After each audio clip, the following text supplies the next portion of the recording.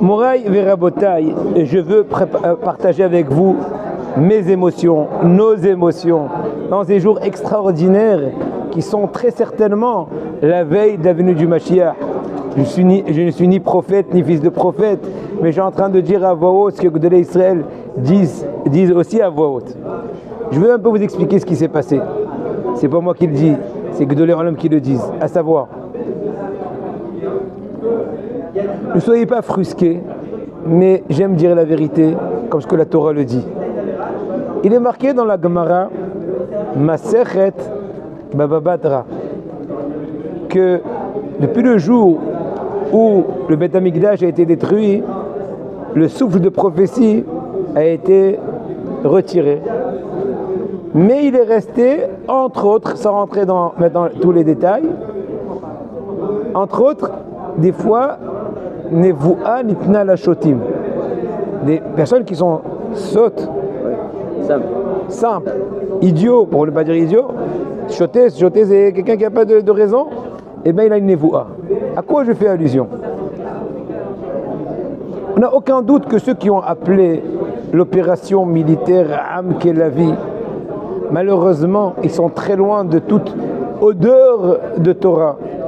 Ils peuvent dire Baruch Hashem et Be'ezrat Hashem, tant mieux pour eux et pourvu pour nous, mais ce n'est pas pour autant que ça va encore régler tous les problèmes religieux et tous les problèmes qui sont contre la Torah. Je ne suis pas en train de faire un discours politique, mais je veux arriver à mon but. Mon but est le suivant. L'opération militaire a été appelée Am Kelavi. Yakoum. Am Kelavi, c'est un peuple qui est comme un lion. En fait, c'est un verset qui a été dit par Bil'am, contre son gré d'ailleurs. Kadosh Baruch Hu, c'est marqué qu'il lui a mis comme un hameçon, comme dans la bouche d'un âne, pour lui ouvrir la bouche contre son gré. Un harnais. Ouais. Donc il lui a dit, je vais te dire ce que tu dis. Entre autres, comment dire Matovo Alecha Yaakov, comme le passage qui est derrière moi, je connais Techaïsel, le passage qui est derrière moi. Et entre autres, il a aussi dit quoi? En'am Kelavi Yakum, Ucharit Nasa, etc. Traduction. Am Israël, c'est comme un lion qui se lève et il est en train de se surélever comme un, etc. Le Ramchal, j'ai vu ça directement dans Otzrot HaRamchal. C'est un recueil de toute la Torah du Ramchal dans ses différents livres, dans l'espace de ses livres. Entre autres, sur ce pasouk-là, il dit un truc incroyable. Vous avez plus de 300 ans, le Ramchal, notre maître.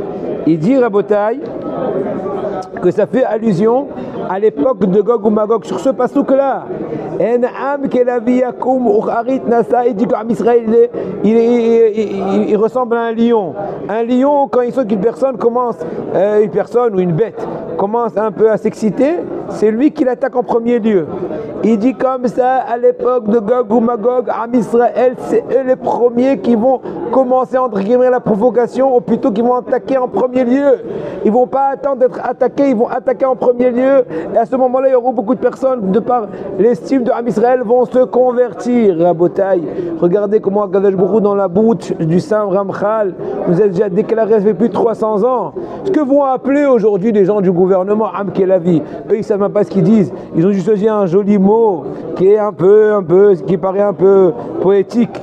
Mais à Kadosh Baruch Hu, il leur dit, il n'y a pas d'hasard. Le Ramchal a déjà expliqué le fin fond du nom de cette opération. C'est la première opération de Gog ou Magog. Rabotai, c'est inexplicable de façon rationnelle. Comment en quelques jours, moins de 2 semaines, le tyran iranais a été anéanti.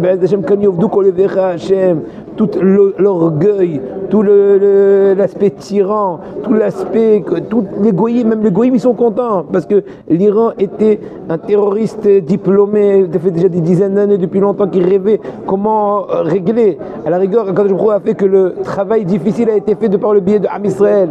Il est vrai que Trump il a fait ce qu'il a fait. Maintenant je rentre pas encore une fois dans l'aspect politique parce que bon, Hachem, j'y suis pas du tout et je compte jamais y être, parce que ça change rien. Tous sont des pantins. Disons la vérité, Rabot. Rabotai. Ah oui, mais il faut être reconnaissant, c'est bien beau. Reconnaissant, mais ne vous en faites pas. Lui aussi, il pense à son orgueil, tout va bien, il s'arrange bien.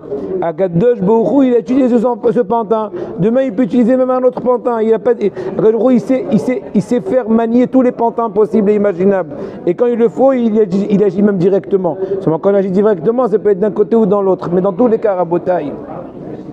Sans rentrer dans ce détail, un truc extraordinaire, écoutez bien. Shlomo HaMelech, dans Kohelet, il rédige, il cite 28 moments. Et la ledette, et la mot, et ceci, et cela. Donc, le moment de naître, le moment de mourir, le moment de ceci. Donc, il dit 28 périodes. Le moment de ceci, le moment de cela. Il dit le Gaon de Vilna, Rabbi Eliyahu Eliezer Dessler, dans son livre Mirtav Ben Eliyahu. Si je me rappelle bien, il se trouve dans Parashat de Béchalah, dans Daf Pehet.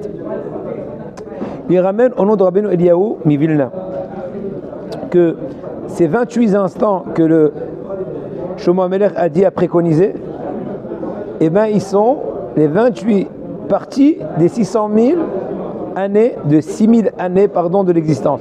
Depuis la création du monde jusqu'à la fin des temps, avant l'ère messianique, eh bien, il y a 6000 ans. Si on divise 6000 par 28, on va trouver 124,285.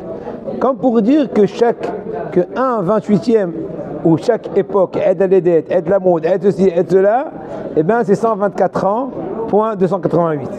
Si on fait le calcul, sans rentrer maintenant dans les détails, si on fait 27 fois 124,288, on va tomber sur 5786,7, presque 0,7, 69. Comme pour dire que dans la fin de la liste, qu'est-ce qui est marqué? Le 27e et 28e période, Eid Milhama, Eid Shalom. Eid Milhama, c'est la 27e période. Eid Shalom, 28e. Quand est-ce qu'on commence la 28e période de Eid Shalom, selon le calcul qu'on vient d'expliquer, à 5786,7. En d'autres mots, comme 3 mois et demi avant la fin de l'année prochaine. Donc exactement comme d'ici un an, dès aujourd'hui, plus ou moins vers la mi-Sivan. Donc un an exactement avant, c'est-à-dire Yudzaïn Sivan, Akadosh Baruch Hu a déjà préparé le Gog Magog, a déjà préparé le Eid Shalom. Donc Rabotai, regardez le grand moussard qu'il y a. Au même moment qu'il nous paraît l'extrême Milhama, c'est la plus grande préparation du Shalom. Parce que le mot Shalom, la paix, d'où il vient, Rabotai? Quand on est en dispute, quand il y a un différend, comme son nom l'indique, chacun pense avoir raison. Ça, c'est quand il y a des doutes. Mais quand le émet, la vérité est dévoilée, il n'y a plus de discussion, on n'a plus d'objet de dispute. C'est ça le mot Shalom. La vérité va être tellement foudroyante et claire qu'on aura même honte de se disputer. Donc là aussi, il est vrai que maintenant, on a passé des jours d'ultime peur, d'ultime a priori, dispute, guerre.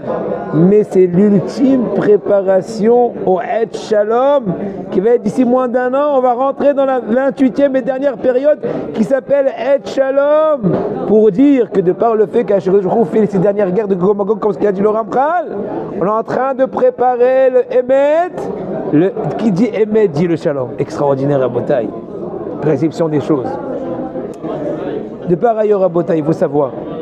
Puis Donc, en d'autres mots, il faut au préalable, il faut être heureux que Kadosh Baruch Hu nous a choisis. Il est vrai que les sages de la Gemara disent: je suis prêt que le Mashiach vienne, mais pas à mon époque. Comment peux-tu dire ça? Oui, parce qu'ils ont tellement conçu, la difficulté des épreuves qu'il y a eu, qui à la veille du Mashiach, ils ont eu peur de ne pas tenir le coup. Donc, ils ont dit: je veux bien qu'il vienne, mais j'ai peur de ne pas tenir. Mais quand même, le Hafetz Haïm, il dit, vers la fin de sa vie, encore d'autres Gdolim, il a pleuré: oh oui, j'ai pas pu recevoir le Mashiach. Il a préparé des habits pour le Mashiach, pour le recevoir. Il a même encouragé et étudié la halakha du Beth Amikdash, comme ça, il y a des Kohanim qui soient aptes à travailler.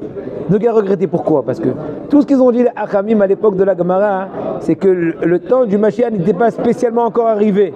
Il y avait encore quelques, comment dirais-je, attentes. Je ne sais pas exactement comment expliquer la chose, mais l'idée est telle que. Alors que donc ils ont dit, on veut qu'ils viennent, mais on a peur de ne pas tenir. Donc on ne pousse pas la dose. Mais nous aujourd'hui, Kalou Kolakitim, quelques centaines dernières années, tout de l'Israël, le Ida et d'autres. Vous savez que le Ida, c'est marqué dans Shema Gedolim qu'une fois, il y avait un enfant qui était niftar à l'époque du Ida ou d'un autre Gadol, je ne me rappelle pas exactement. À Tzfat, il est venu, il a vu, il a dit c'est dommage. C'était potentiel de Mashiach. Un bébé qui est niftar. En tout cas, pour retourner, il y a eu plusieurs échéances. Kalou Kolakitim, toutes les échéances ont été déjà dépassées. Donc maintenant, on est déjà prêt à la Mashiach. Donc si déjà on y est, au contraire, autre prêtre. Maintenant, la question qui se pose. Si les premiers, dit les anges, les cèdres du Liban ont eu peur de le recevoir, comment nous on est cool? Et avec ces bombes-là, la réponse est on ne peut pas comprendre les contes d'Akadosh Baruch Hu. Akadosh Baruch Hu est le seul de savoir comment associer dans la même génération de différentes neshamot après le passé de chacune avec tous les gilgulim qu'elle peut avoir. Mais une fois qu'on a été choisi, peu importe comment on peut se ressentir grand ou petit vis-à-vis des Hémoraïm, Akadosh Baruch Hu va donner les forces de le recevoir. Donc au lieu de paniquer, au contraire, être joyeux, dire Hachem nous a choisis. Et en cela, comment rapprocher le Mashiach? Ben juste chanter, on veut le Mashiach. C'est bien beau, mais l'essentiel, c'est faire des actions et des tefilot pour cela. Primo, dans la Hamida, Etze Mahdi Davdecha, Yerushalayim Yecha, toutes les barotes bonnes Yerushalayim, la machine à minim compris à Kadosh Baruch Hu qui extermine tous ceux qui poursuivent la Torah, tous ceux qui détestent Am Israël et automatiquement ils détestent la Kadosh Baruch Hu, etc. Deuxièmement, Amen Ishem Meraba, répondre avec toutes ses forces, toute son intention, c'est un grand tikkun dans les Olamot. Surtout Amen Ishem Meraba après l'étude. Tikkun Atzot, marqué dans le Zohar Kadosh que chaque soir Atzot Laïla, au minuit de la Torah, la Shrina Gedosha qui s'appelle la providence divine qui s'appelle notre mère, elle descend de l'Olamot, elle quitte l'Olamot Atzilut, elle quitte le Zeher Anpin, elle quitte Doda, son bien-aimé, pour descendre dans l'Olamot Beria, Yitzira Asiya, pour pouvoir réparer nos fautes, qu'on soit apte à enlever toutes les mehitzot, toutes les choses qui empêchent qu'on reçoit la lumière d'Akadosh Baruch Hu. Donc c'est le meilleur moment nous aussi de nous réveiller à Hatzot, pleurer avec Ashrina, pleurer sur la galoute, prier pour la Géoula et encore d'autres stratagèmes. En tout cas, l'idée est la suivante, Rabotai, se préparer, au contraire se réjouir, dire merci à Hachem et dire Baruch Hashem, on est maintenant non seulement pendant les contractions avant la naissance, on est en pleine naissance. Il dit une chose extraordinaire. Il dit de même qu'une femme qui accouche entre le 6e et le 7e jour, entre vendredi et Shabbat, on prie qu'elle puisse accoucher le vendredi. Comme ça, on n'a pas besoin d'être ma'alel Shabbat. Non plus à Benesh Mashot, parce que la bride sera Nit'a Yom Rishon. Je dis la même chose. Nous, à Israël, on est en pleine naissance.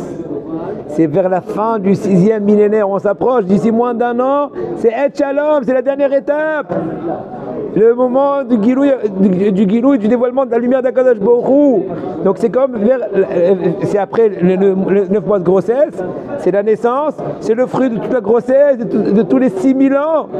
C'est le 6e jour, avant l'entrée du Shabbat. Attention Rabotai, n'attendons pas le Ben Hashmashot, n'attendons pas la fin du 6e millénaire avant l'entrée du 7e millénaire, chose qui est safek. Si c'est safek, c'est douteux, ça peut être beaucoup plus difficile le birou, la réparation. Donc, à nous de nous réveiller. Hisko ve'imtsu, bonne journée.